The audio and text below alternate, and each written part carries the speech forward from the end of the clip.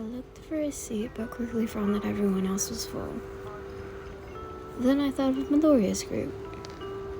Maybe they could spare one more? Hey guys, got room for one more? I asked, knocking. Yeah, come on in. Deku was just about to tell us something. Uraraka's bubbly voice made me feel better. Midoriya then explained all the things he heard about Sirius Black.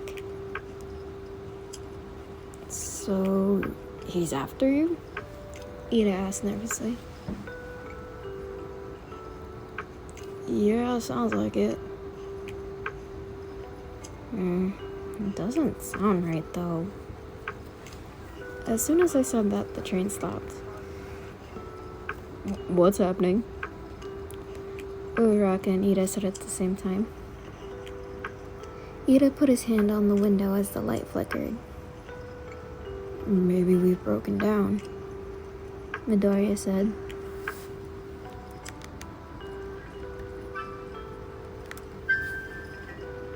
There's something moving out there, Ida said, scared.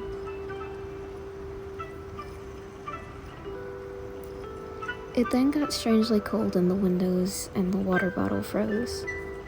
We all stayed still. There was then a black figure outside the door. I swear my heart was going a mile a second. Then I realized what it was. It was a Dementor.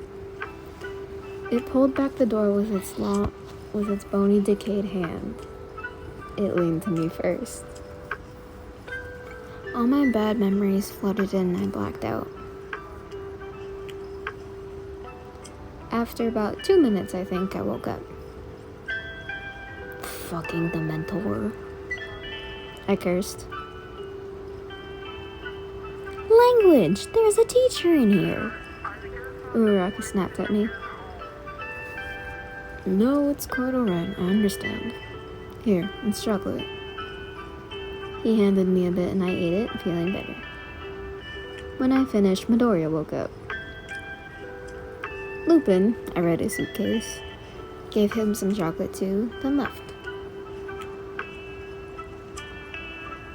Time skip to the dinner. The kids quickly filed into the Great Hall. While the sorting was going, Wanderer heard Bakugou taunting Midoriya again. Deku!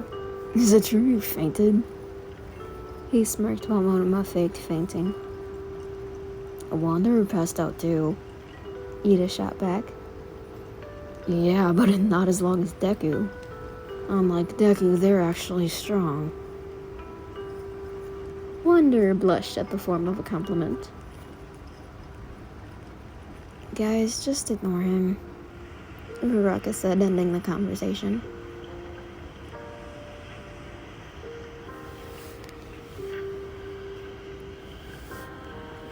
Time skip to magical creatures. You were walking to magical creatures with Bakugou and kinda Mina. How the hell do you open it? Bakugou asked. You just stroked the spine, of course, Hagrid said matter-of-factly. You giggled at him when he did it with a confused face. Before they started, you heard Bakugou complaining. Again. Man, this place has gone to shit. Wait till my mom hears that Dumbledore's got this bitch teaching classes. He laughed. You're about to punch him because you cared for Hagrid when Midoriya stepped in. Shut up, Kachan, he said. All the Slytherins laughed at him. Bakugou dropped his bag onto Yanagi. You pinched the bridge of your nose. Why the fuck does he always have to do this? You thought. He walked up to Midoriya, sizing him up when he looked back and flinched. Dementor! he said, pointing up, and all the Gryffindors whipped around to see if there was one. All the Slytherins laughed, and he snorted. Nina hit your shoulder, though. Sorry, couldn't help it. You laughed. They pulled up their hoods and acted like what they thought was a Dementor. Now, if you would look over here, Hagrid stated. Hagrid, what's that? Ida asked nervously. Da-da-da-da! He exclaimed while showing off the big bird. Isn't he beautiful? He said, throwing a dead ferret to it. Meet Buckbeak. He's a hippogriff. Now, who wants to volunteer to pet him? Everyone backed up except for Midoriya, who didn't notice. Ah, Izuku, come here. Midoriya turned around to see everyone 2 feet away. Ida pushed him to Hagrid. Hagrid said something about hippogriffs being proud creatures and are easily offended. He watched the whole thing carefully and grabbed Baku's hand when Midoriya stepped on a twig.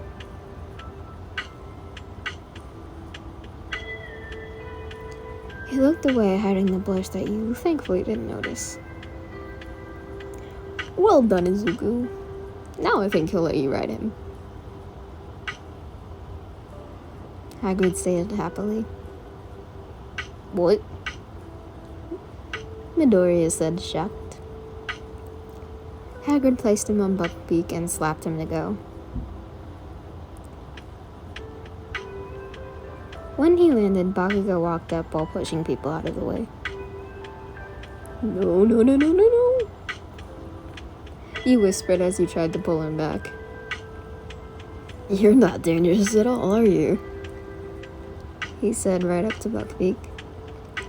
Buckbeak got mad and slashed his arm. Hagrid stepped in front of the hippogriff, calming him down. He threw a ferret to make him go away. It's killed me, he whined. Yu and Uraraka ran up to the front.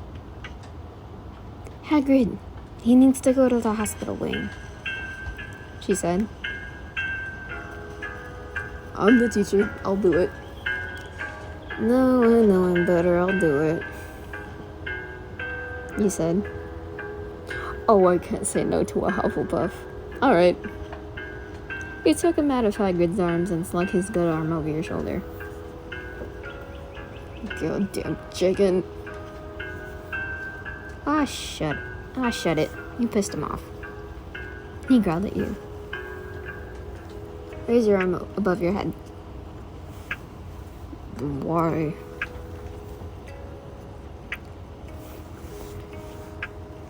He was clearly confused. So the important liquid stopped flowing out of you as fast. Oh.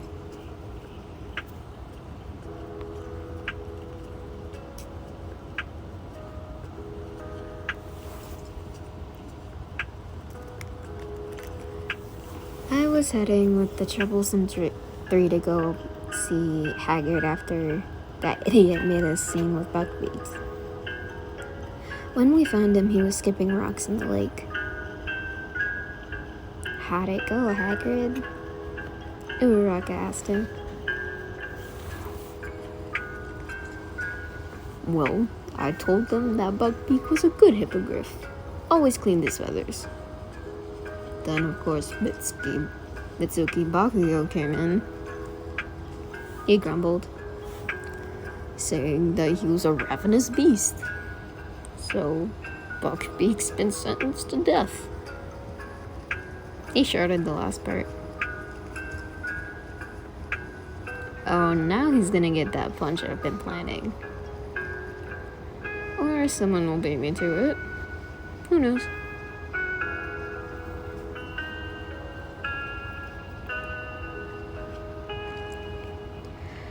Professor Lupin was telling all of you about a Boggart. He told you the spell to use and how laughter finishes it. He called up Aoyama to demonstrate.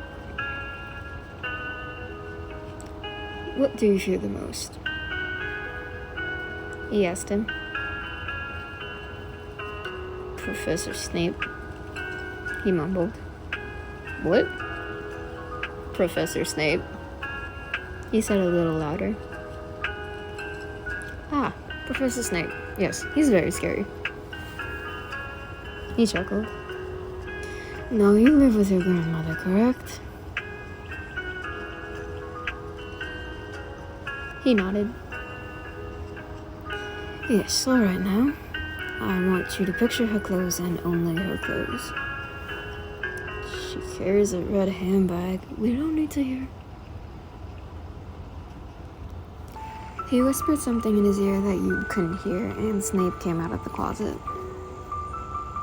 Ridiculous, he said, and Snape appeared in the ugliest clothes imaginable. The whole room erupted with laughter, and Lupin told us to line up.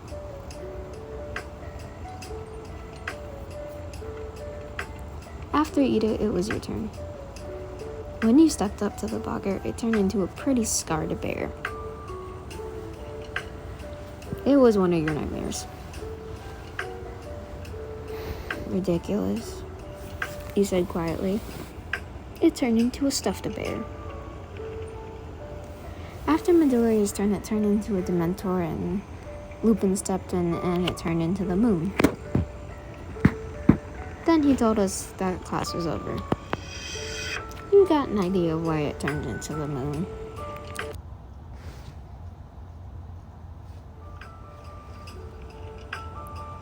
Cedric thought it would be a good idea for you to play a seeker for the game this time.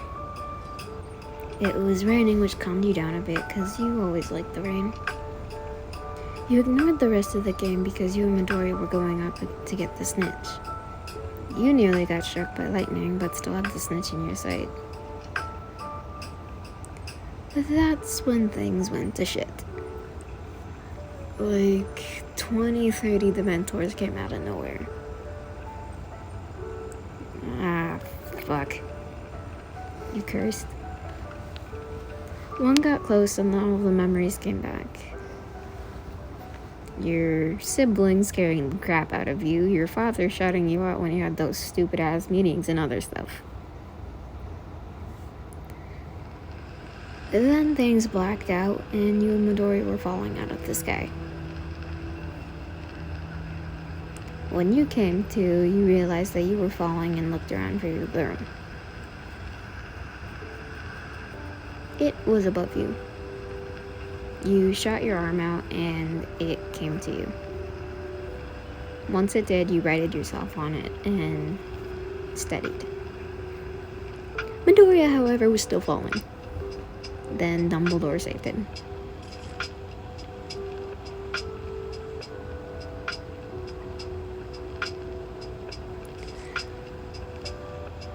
When you landed, Bakugou ran over to you. I swear to fucking Merlin that you're gonna give me your goddamn heart attack. Bakugou said to you as he took you in a hug.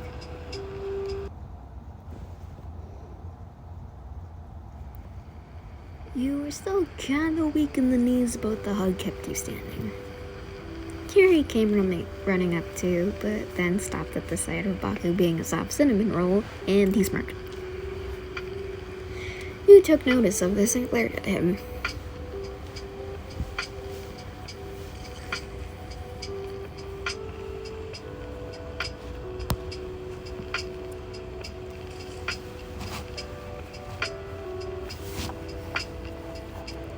Hey, thanks for being with us this year, Uraraka said too. Don't sweat it. Bakugou's kind of being an asshole, so... You replied casually. Well, look what we have here. All of you heard an amused, angry voice say. Shove off, Bakugou. Ida and Uraraka said. Oh good, here we go again. You thought to yourself. Stupid mudblood. He grumbled. Just then a snowball hit him in the head. He started knowing exactly where the snowball came from. More snowballs came, Denki got pants, and Sarah was spun around by a scarf. Bakugou was then in the snow, being dragged by his feet to the Shrieking Shack. After they were thoroughly freaked out and ran, Ida's hat strings went up and down, and a piece of Uraraka's hair. "Deku!" she said. Then Midoriya came out of his invisibility cloak. You all laughed till your throats got dry.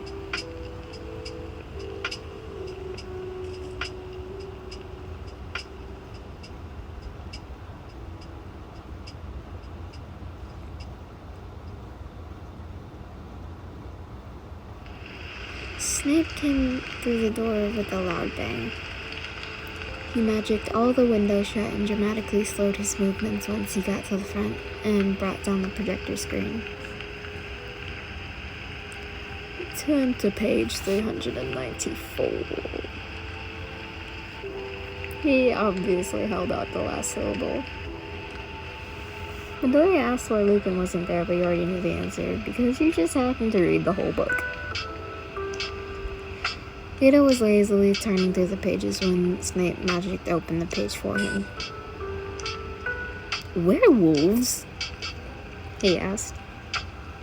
Sir, we're learning about redcaps and hinky punks. We're not supposed to start nocturnal beasts for weeks. Uraraka raised her hand. Quiet. Now, which one of you can tell me the difference between an animagus and a werewolf? Uraraka and you raised your hand. No one?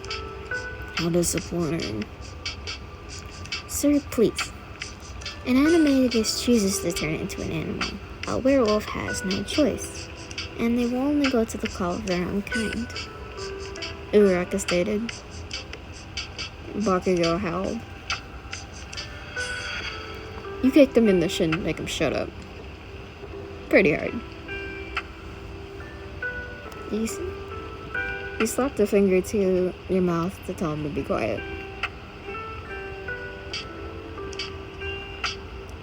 Thank you, Mr. Bakugou. This is the second time you've spoken out of turn in my class. 5 points from Gryffindor. Now, I want 2 rolls of parchment on my desk by Monday morning about the werewolf. And everyone groaned.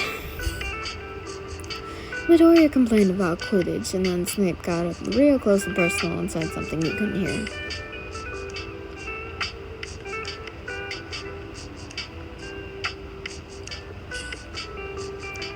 Why'd you kick me? Bakugou growled at you. You were being an asshole again. You smirked and walked away, leaving him confused and somewhat pissed.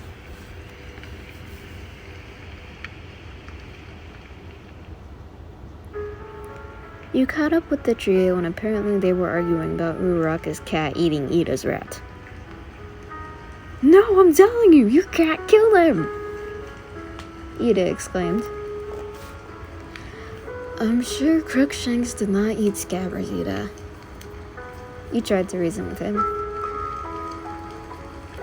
The 4 of you then passed the executioner sharpening his axe.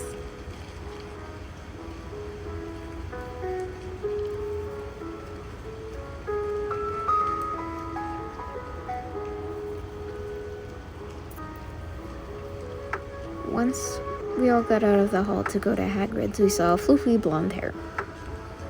Here we go, once more. Oh, come to watch the show?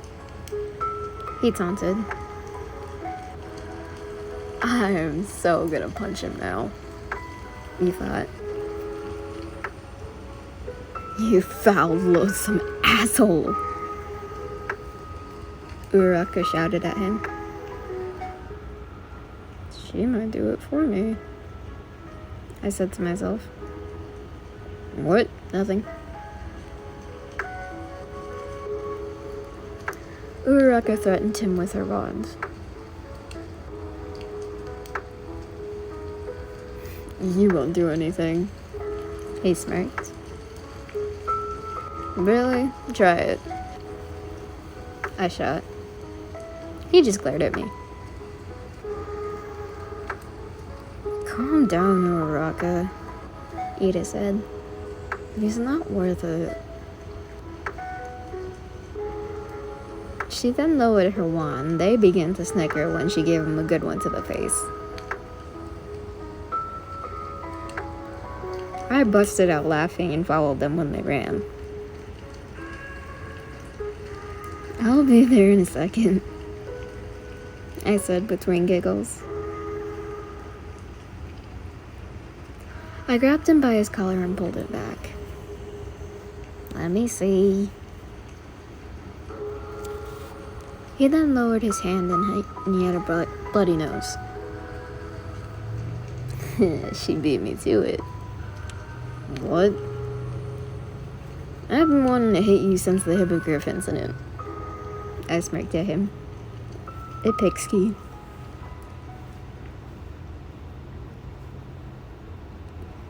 His nose went back to normal. Thanks, he grumbled. You're welcome. And then I ran off to Hagrid's. You ran as fast as you could, even though his hut wasn't that far.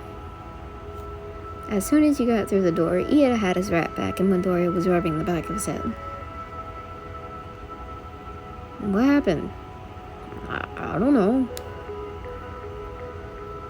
he said, looking around behind him. Just then the pot broke. That's when we noticed the Minister, Dumbledore, and the Executioner were coming. Go. You don't want to be here for this. But... no buts. Go. And you all snuck out the back door.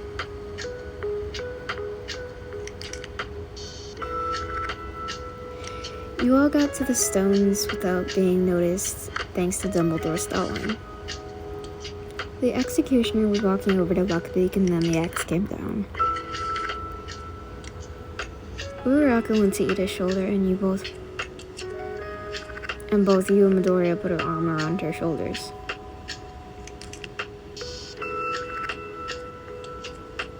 Ow! Scabbers, come back! Then Ida ran off to get his rat. Wait, Ida! You yelled after him. He got his rat, but then it looked like he just saw a ghost. Behind you, it's the Grim. The what? You asked, confused. Then a big black dog came at him and dragged him to the Whomping Willow. You ran after, of course, because you wanted to get Ida before the tree woke up. You dove under the roots to see the dog, which you thought was Sirius Black trying to get the rat, and not Ida, dragging him up the stairs, which must have hurt a lot. Star let him go. You got out your wand and the dog let him go. You helped Ida to the couch and the thing, and the dog went over to the corner. So I was right, he said after the dog turned into Sirius. Smart. You knew I was going after the rat, correct? Yeah. Huh? Then Midoriya and Uraraka came through the door. It's him! He's an animagus! Ida exclaimed. Will you shut up and calm down? He said to him.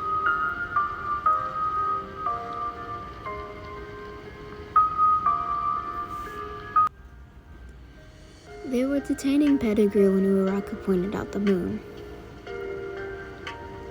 Ah, dear gods, we're screwed, you thought. He began to transform, and Sirius tried to hold him back. Pettigrew got a hold of the professor's wand, but you shot it out of his hand. He turned into his rat form and ran away. Once Lupin was fully transformed, he was whimpering. Professor? Professor Lupin? You asked, stepping up to him. He howled, which made the others flinch, but did nothing to you. Come on, you aren't a monster. Snape came out of the hall, but was only focused on Midoriya.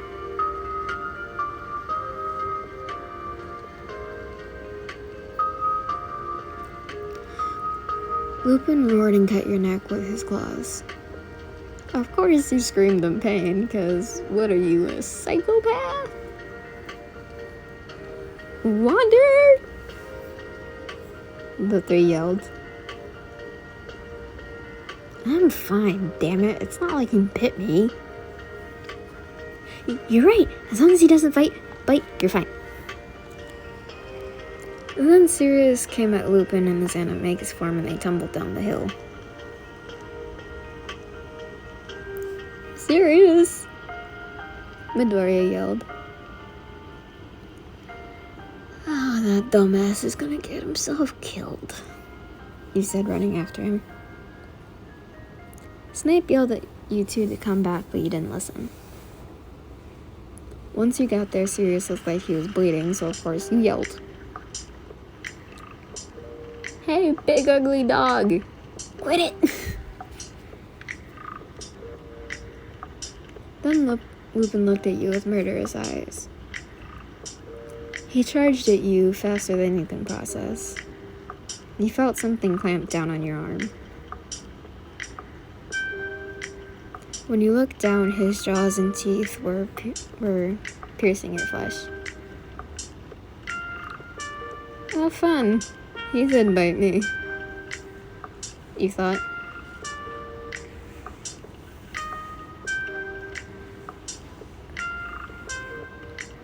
The panic floated in. Expelliarmus. You shot at him and he flew back. He was about to come at the both of you when you all heard a howl. Oh, that sneaky bitch. You smirked.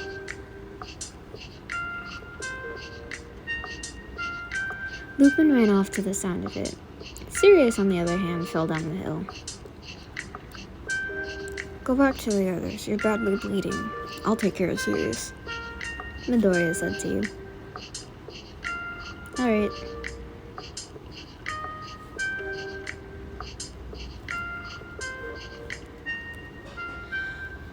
When you came to, you overheard Madame Pomfrey, Dumbledore, and Snape talking. That bite looked pretty deep. He might have turned them.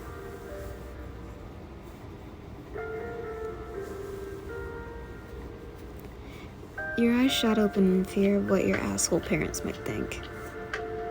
You heard them flinch. Alright then, when the time comes, we shall take special precautions for them. They then left and Ida woke up. Trying to sit up, you immediately regretted it when pain shot through your neck and arm. No, lay down. You need rest after what you just went through, Madame Pomfrey ordered. You laid down gently and careful not to reopen anything. The three and Dumbledore were talking about something, and Uraraka pulled out a necklace, and Dumbledore left. Sorry, Ida, but seeing as you can't walk and wander, she said. Don't worry, I already know what you're gonna do, he said in a strained and tired voice. She looked at you with confusion. I heard you. You'll figure it out later. You smiled at her. They then disappeared and then came back in through the door. Okay, understood. She laughed. Mm-hmm.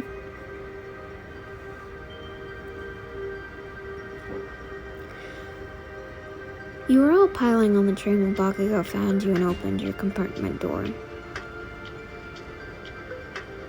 Hey. What the fuck? He said once he saw your bandaged shoulder. What? Oh, there's nothing, I'm fine. You tried reasoning with him. No, you're not. Let me see. He ordered. I can't, dipshit. I might reopen something.